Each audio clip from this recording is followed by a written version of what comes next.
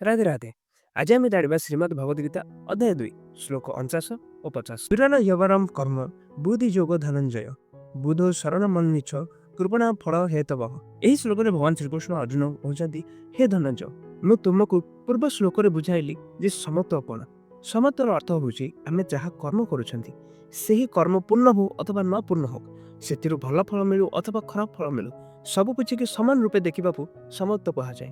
तो भगवान ये अर्जुन को कहते हे धनंजय तुम्हें यही समबुद्धि ही तुम रक्षार उपाय खोज यही समबुद्धि ही तुम्हें आश्रय नि अर्थात भगवान ये अर्जुन को कहते हे धनंजय तुम्हें बहुत लोक को यह कही शुणी से खराब कर्म कर खराब फल मिलला से भल कर्म कर भल फल मिलला। जो व्यक्ति निजर सकाम कर्म तार फल उपर आशा रखि थाए से अति कृपण अटंती।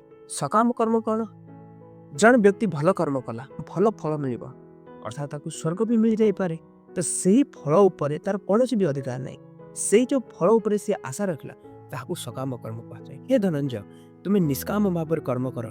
निष्काम कर्म कौन आम गोटे कर्म कर फल उपर आमर कौन भी अधिकार नहीं तो से भल फल मिलू कि खराब फल मिलू से फल उपर आशा न रखी कर्म करने को ही निष्काम कर्म कहुए। तो भगवान कहते निष्काम भाव कर्म कर आ भक्ति जोग सहित परमात्मा शरण को आसी जा एथिरे ही मुक्ति अच्छी। बुद्धि युक्त जहाति हो उभे सुकृत दुष्कृते तस्मात् जोगाय जुच्यस्य जोग कर्मेषु कौशल। यही श्लोक में भगवान कहते समबुद्धि संपन्न व्यक्ति पाप तथा पुण्य उभय को समान भाव में मणि था और यह इह लोक ही त्याग कर अर्थात से माने यही पाप पुण्य युक्त कर्म जोगरु मुक्त हो जाती।